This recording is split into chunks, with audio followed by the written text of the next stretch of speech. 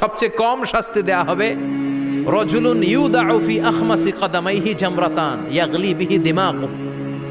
বিশ্বনবীর চাচা আবু তালেবের শাস্তি হবে সবচেয়ে ঠান্ডা শাস্তি।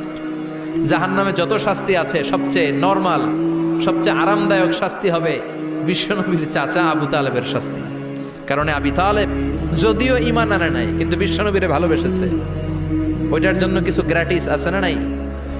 ওইটার জন্য সেও জাহান্নামে যাবে, কিন্তু সবচাইতে হালকা শাস্তি পাবে আবু তালেব। কি শাস্তি? তার পায়ের নিচে পড়িয়ে দেয়া হবে ইউদাউ ফি আখমাসি কদামাইহি জামরাতান ইয়ানি নালান।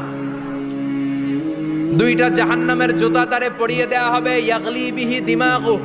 ওই দুইটা জাহান্নামের জুতা আর আগুনের উত্তাপে আবু তালেবের মাথার মগজগুলো গলে গলে নাকের ছিদ্র আর কানের ছিদ্র দিয়ে বেয়ে বেয়ে পড়তে থাকবে।